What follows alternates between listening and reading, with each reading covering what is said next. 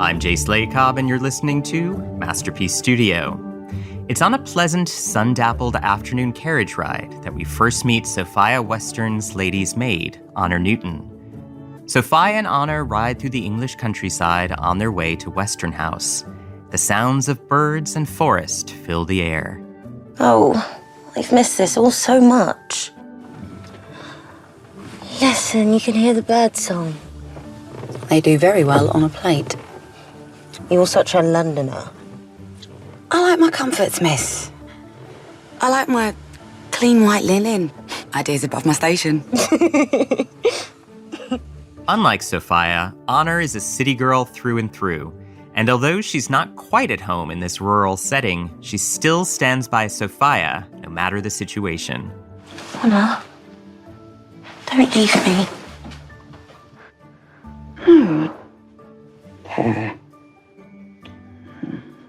If I've been awful to you.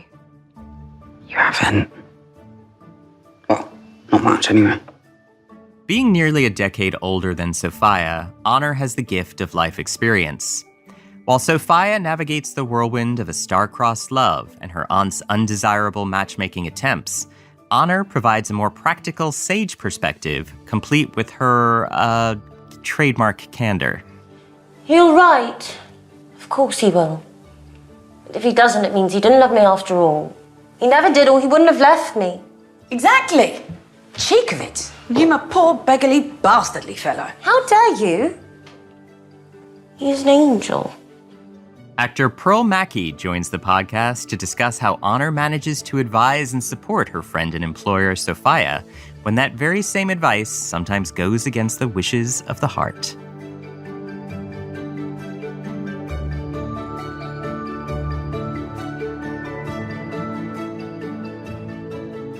And this week we are joined by Tom Jones star Pearl Mackie. Welcome, Pearl. Thank you very much, and thank you for having me. My pleasure. I love Honor's introduction in the first episode of Tom Jones.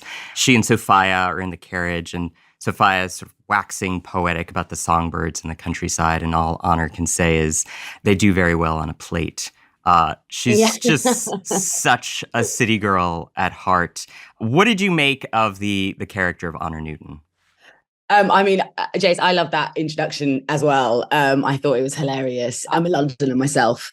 So I was like, okay, immediately I was like, that's something I can definitely kind of relate to. But I mean, I think the characterization as a whole is sort of really not what I was expecting when I was first sort of presented with the script. I mean, I'd heard of the book, but I'd never read it myself.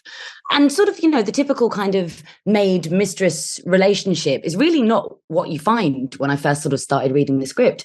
I feel like Honor and Sophia kind of leapt off the page kind of immediately as more like friends, more like, you know, the relationship you have with sort of an older sister or an older cousin or something like that. There's definitely like a familiarity there, which I think allows Honor to be honest about her feelings, which I think is brilliant and really leads to some like wonderfully frank remarks throughout the piece, especially the opening as well.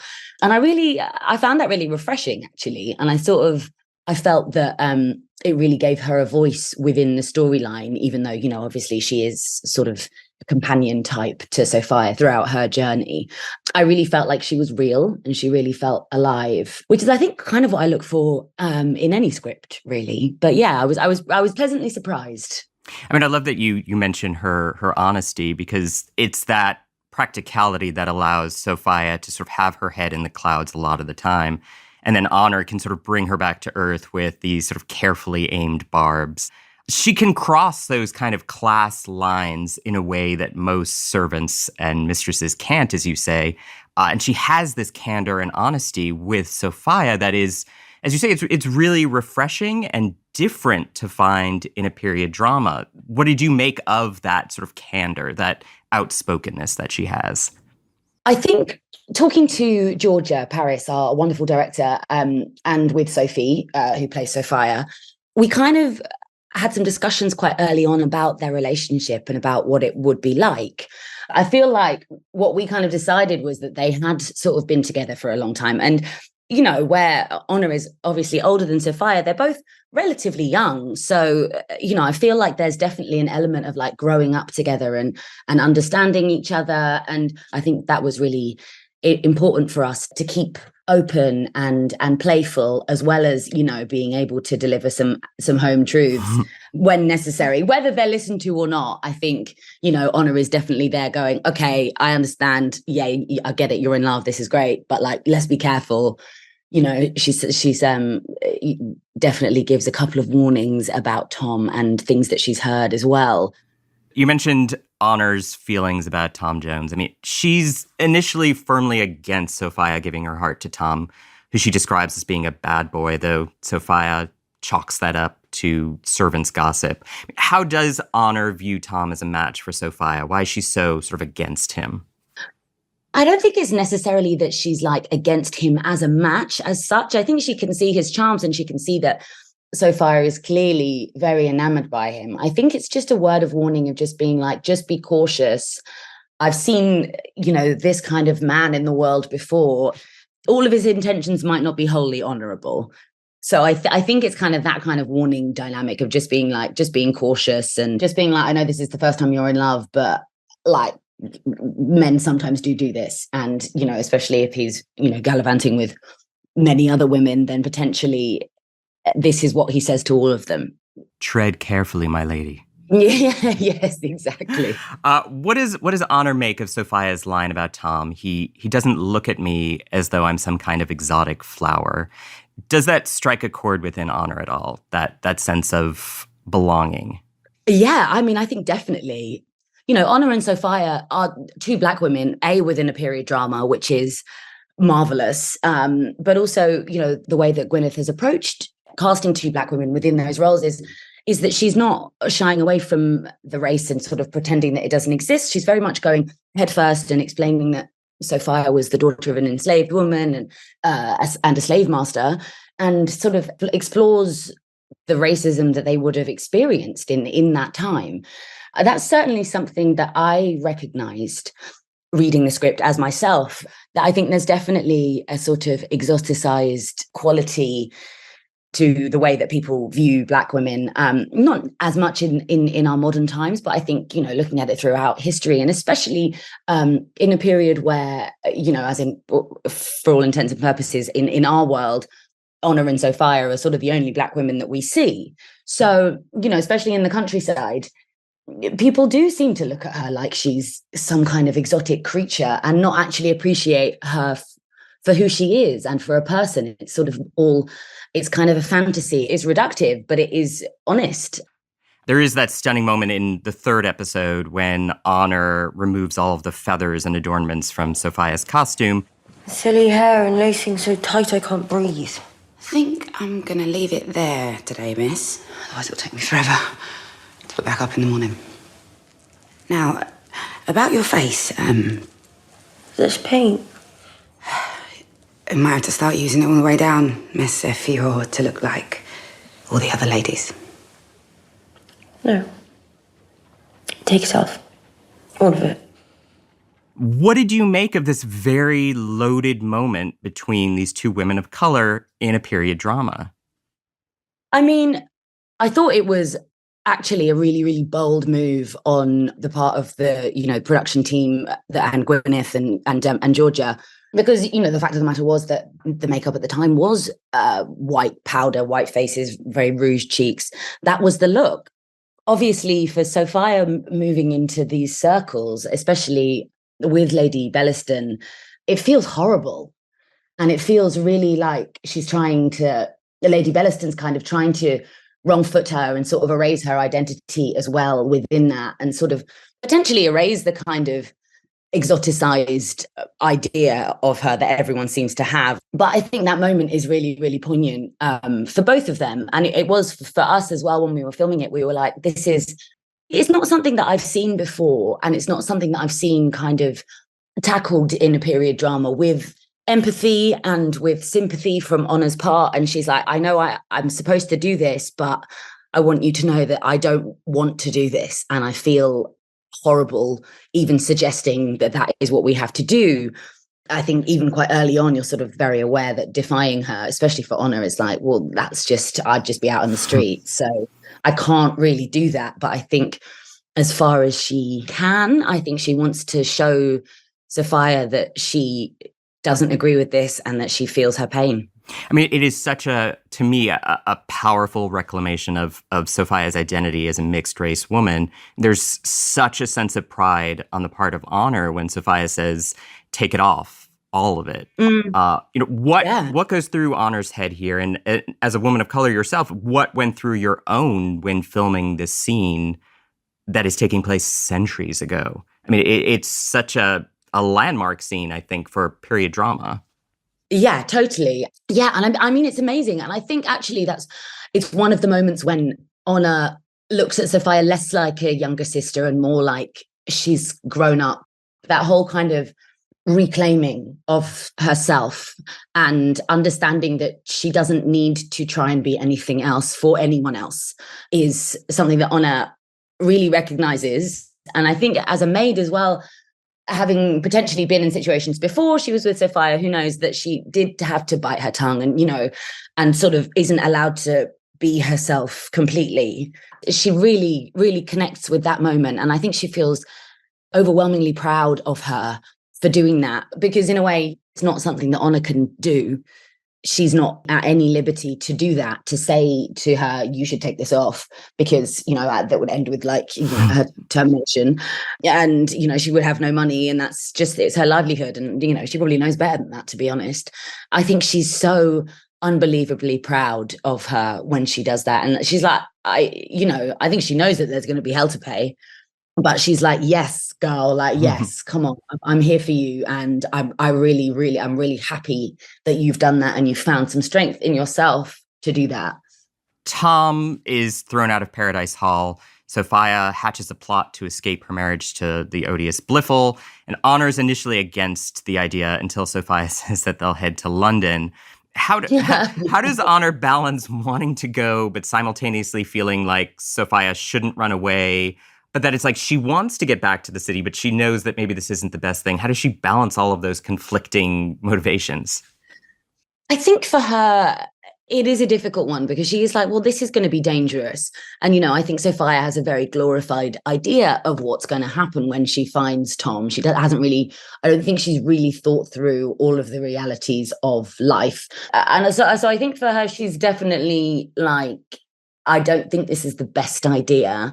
But I think with the London thing, she is like, I do want to go back to London. But also, if that's where we're aiming for, then I kind of know it.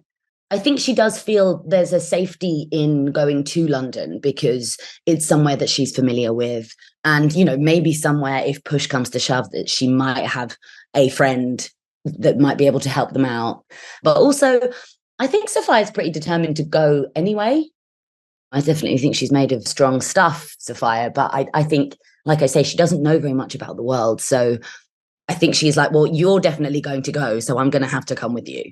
I mean, she goes so far at one point to say to Sophia, it's ruddy obvious what happened. He boasted about you. In a pub. I'm sure he didn't mean to. He scarpered without paying. He has no money. Look, you've thrown yourself away on a quarrelsome bastard who'd take advantage of a hole in the carpet. Well, you don't know him as I do. I mean, how can Honor get away with being quite this outspoken with Sophia? And is this really what she thinks of Tom, or is she being perhaps a tad overdramatic here? I think she is being a little bit melodramatic, but also I think she's kind of reaching the end of her tether here. They've been through a fair amount already, and they're not even really that near London. And she's just like, I mean, come on now. And also she's cold and she's hungry. And I mean, from personal knowledge of walking around in sort of my costume shoes, just one day when we were walking around in the mud, her feet are probably really wet. So I think, those dresses, like, they gather the mud and they gather the water and they become heavier and heavier and colder. So I think that she's just like, I just want to get somewhere warm, and I think we should just go home because you're just being a bit stupid now. Before this next question, a brief word from our sponsors.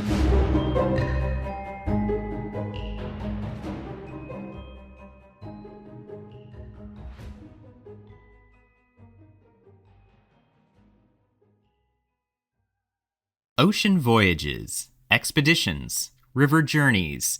Viking is dedicated to bringing travelers closer to the destination, offering a small ship experience and a shore excursion in every port. Learn more at Viking.com. We talked about the fact that Honor is Sophia's lady's maid, but she also appears to spend a lot of her downtime as she wishes. She goes to the Black Swan. She visits Tom behind Sophia's back. I mean, she's a servant, but I'm curious what level of agency you think Honor has. How much does she influence Sophia, or is she just sort of along for the ride? Or is she driving the carriage a lot of this time? Well, that's interesting. Whilst Honor is very opinionated and, very much sort of says what she thinks, particularly to Sophia, and she, has a lot of strong feelings about Tom and about them not going on the journey. I do think if she was kind of driving the carriage, as you so lovely put it, I don't think they would have gone anywhere. At the end of the day, she is a maid and she does need her money. If she's cast out without anything, then it's not really many other options for a young working class woman in those times. There wasn't really much else you could do, especially, if you'd I'm sure word would spread quite quickly if you'd been let go from a house of high standing. So I think essentially that is her first port of call, though that's not really a very exciting answer. But I mean, we know she's the only lady's maid who can style Sophia's hair, for example. I mean, she's skilled at what she does. And it is this small detail that, to me, adds authenticity to both Sophia and Honor's sort of lived-in reality. And it is a skill that she would have brought to the dressing table, as it were, for lack of a better term. I mean, did you see those sort of details as offering truth to what would have been a very period-specific experience for a wealthy woman of color? Oh, yeah, definitely. I think ask any Black or mixed race woman and they would have had experiences of, doing your hair can be quite an arduous thing. And it's also something that you don't learn, you learn when you're young, but it takes a while to be able to manage it as it grows. And it's not always easy. It can be really difficult. And I think, the reality of that and of that dynamic being the key. Yeah, I mean, I have a lot of respect for that level of realism. I think that is definitely true. But then also, I guess that does mean that essentially, whilst that skill is invaluable to Sophia, it's not potentially that valuable to that many other people. I mean, obviously, in our world, as I say, Honor and Sophia are the only two women of color that we see. But, maybe the reality was that there were many more. But I do wonder how many more there would be in higher stations and how many more would require a maid. So those skills might be sort of redundant for a bit if anything were to happen. I mean, that's what I was going to say. I mean, she has this skill, but it does put her in this tenuous position where if she were to lose this by being too outspoken, by going against Lady Bellaston, as you say, she really doesn't have a lot of options. She has to walk this very fine line of sort of being true to Sophia and maybe pushing her lady to maybe do what's right, but also worrying about her own self and what this means should things go sideways for the both of them. Yes, exactly. Yeah. I think you've hit the nail on the head there. I think she does have to exercise a level of caution, but also she does, I do think that she has a real moral conscience and she does, she loves Sophia. She really cares about her and she wants her to do what's right, but she also wants her to know about everything that's going on because it's that protection thing. She just doesn't want her to be led up the garden path or to think that, I think she just really feels for her. So a lot of that kind of love and care drives her as well to do some things that maybe she wouldn't necessarily have done for anyone else. We come now to my favorite scene in the entire run in episode 3. Honor goes to see Tom Jones to tell him the truth about her mucky ladyship, Lady Bellaston, while Lady Bellaston hides behind the screen in the room. It's, again, this delicious scene that sort of toes the line with French farce. How much fun was this sequence to shoot? Oh my God, this was so much fun. I mean, Hannah Waddingham is just hilarious anyway. And so wonderful and warm. And Solly is brilliant. Like, we had such a lovely time working together. But actually, we didn't have that many scenes together, really. So we just had such a brilliant time kind of working all of this out. And we were like, how is it going to be funniest? Like, how do we play this? How do we what about the positioning and all of that? And, all of this, all the while actually being in a very, very, very tiny, very hot room with all of the lights like upstairs in a kind of, dilapidated old house in Belfast. It was so funny. And Hannah's face, I think, when the curtains pulled back, that was my worst nearly corpsing moment. It's just too funny. There is one episode left of Tom Jones. What can you tease lies ahead for these star-crossed lovers and their friends and family? Oh my goodness, gosh, teasers. I always get so nervous about teasers. I don't want to ruin anything. Well, what is there to say? Well, I mean, as with any kind of brilliant story, there's got to be a bit of a showdown, and I think everything's got to come out, and hopefully our two lovers end up together, but who knows? Do we even want them to at this point? Maybe we do. I don't know. I mean, it's all to play for, really. And it's there's a wonderful payoff, and I just really hope everyone enjoys it. And what about for Honor? Might there be a happily ever after ending of sorts for our favorite lady's maid as well? I mean, I think she deserves it. So, fingers crossed it plays out for her. I think there could be something nice in the future for her. I definitely think she's paid her dues. So, fingers crossed something nice comes her way. There's been a lot of debate lately about gatekeeping in period dramas and sci-fi dramas. You starred as Doctor's companion Bill Potts on Doctor Who. I mean, what do you think of the notion of gatekeeping, about whose stories get to be told by whom and who gets to watch them or call themselves fans? I mean, I think that's a really interesting notion, isn't it? Because I think to a certain extent, we can't really argue that the representation behind the camera and the people who get to tell the stories are not predominantly people of color. Looking at my experiences in the TV industry, I would say that it has changed a lot. Even since I got Doctor Who, it's changed a lot, I think.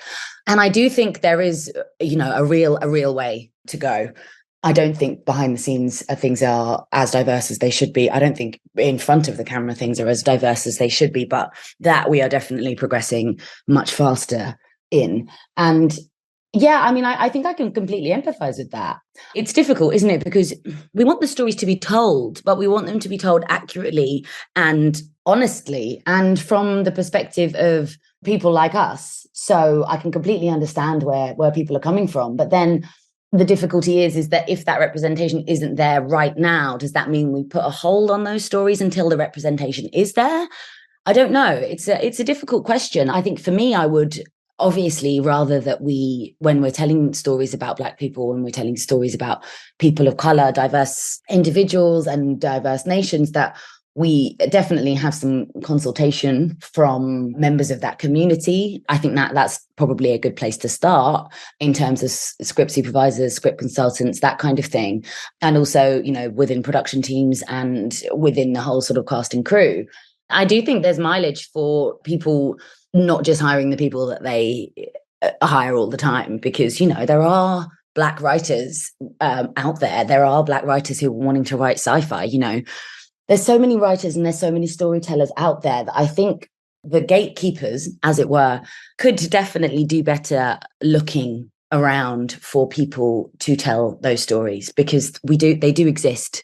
I think we can definitely do better, but I think it is an interesting debate, isn't it? You're an actor, a singer, a producer. You're a true sort of multi-hyphenate. Was there a formative experience that made you want to be a professional actor? I kind of always wanted to be an actor, sort of for as long as I can remember, really. I used to watch a lot of sort of old 1940s films with my mum when she was doing my hair on a Sunday night. We watched Meet Me in St. Louis a lot, and that was one of my favourite films. And Judy Garland singing the trolley song, I remember being like quite overwhelmed with how she was telling this story, but she sort of steps out of the first person narrative to tell her story to the audience and to her audience on this trolley, but she's also living it at the same time, and you kind of were going with her. And I was just like quite bowled over by that. And I just remember feeling like I felt so emotional for her. And then, when he gets on, it's so you're so like, oh my God, this is crazy. but you really want it to go well. And she's just taking you on such a journey that I was like, I mean, if I can make people feel like a fraction of that, then that is what I would like to do. I mean, you were cast as the first openly gay companion, Bill Potts, opposite Peter Capaldi's 12th Doctor. I mean, to me, Bill sort of represented the most down-to-earth, regular companion on Doctor Who in a very long time. She's a working-class girl who also happens to be Black and queer. Yeah. Was it significant to you that didn't feel groundbreaking, but that her identity was just sort of presented matter-of-factly? Totally. Yeah, that was one of the things that drew me to the script. When I first read the script, I remember being like, I feel like I know her. And I feel like the way that she is told and the way that the character has been created is so realistic. And, I was like, I really wouldn't have felt comfortable with her sort of grappling with her sexuality or having to come out to the doctor at a certain point because, I mean, obviously that's part of everyone's journey, has been part of mine. It's something that is very important, but I don't think that representation would have been useful in this show. And I think I really loved that Bill was just like, I am who I am. I'm gay, I'm Black, but I am me. And I really loved that. Honor is extremely outspoken, rather humorously so. Bill asked questions that no one else would. Is there a part of you that admires that frankness of these two? Yeah, I think there's a part of me in that frankness as well, to be honest. I think I probably got a little bit better at tempering that, but I think it's definitely something I respect in people as well. Just being like, why not? Let's just see what happens. Let's just ask the question that no one would. And because I think often if you do in some situations, as long as it's not rude or offensive or makes anyone uncomfortable, I think sometimes that's the way you can connect with people the most, and you can sort of, if you're you're sitting next to someone at a dinner that you don't really know and all you talk about is like the weather and, how lovely the food is, then, I do think there is something about, being honest and asking questions that kind of dig deeper, that create a human connection. I mean, I think that's kind of what we're all looking for, really, isn't it? So we're going to ask a very honest question now, and I want a very honest answer. Okay, go for it. True or false, Waterloo Bridge is your favorite London bridge? True. Yes, it is. Yes, I love Waterloo Bridge. It has the best views on both sides, in my humble opinion. Westminster Bridge is too near the Houses of Parliament because all you can still see is the Houses of Parliament, and then on the other side, everything else is sort of too far away. But Waterloo Bridge, you look over and you can see all of the Houses of Parliament. You can see it sort of sparkling. You can see Big Ben. You can see the river. You can see going down towards Battersea. And then on the other side, you can see, Waterloo Bridge. You're crossing over to the National, which is, obviously amazing. And then you've got like St. Paul's and stuff further down. And yeah, it's my favorite. It's the best one. Give me Hammersmith, or when it's finally open again, or Millennium Bridge. Those are my bridges. Oh, yeah, Millennium Bridge is good. Yeah. Hammersmith is just way too far west, though, mate. You're missing all the east stuff. I know. I mean, at this point in your career, you've seemingly done everything. Period drama, sci-fi, thrillers, crime drama, comedy, stage, screen, television, movies, all of it. I mean, are you just constantly in pursuit of new challenges? Is that what motivates you as an actor? Oh, yeah, totally. I mean, I'm like that as a person. I love to be challenged. One of the great joys of being an actor is that you get to explore different people and different people's ways of life and all of these different professions that you never actually, you don't actually have to train to be a police officer, but you can like learn lots about it and kind of explore what that's like for, 3 months. I don't think I'd ever sort of like to just do kind of one genre forevermore or kind of, I don't know. I mean, I think there's sort of interest in, long running shows, I think, because you have character arcs and there's different kind of situations coming in that can sort of be a challenge kind of in its own way. But yeah, I mean, I like to mix it up. I think, there's still a couple of genres that I haven't done yet. So we'll see what happens next. We'll see what happens next. Pearl Mackie, thank you so very much. Thank you, Jace. It was absolutely lovely talking to you.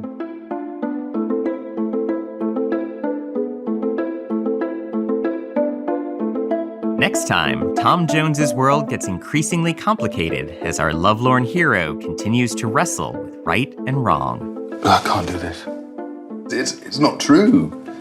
It's wrong. It's ugly. finish the job. Come back to hear from Tom Jones himself as Solly McLeod joins us next week, Sunday, May 21st, to tie up the story of Tom Jones's misadventures.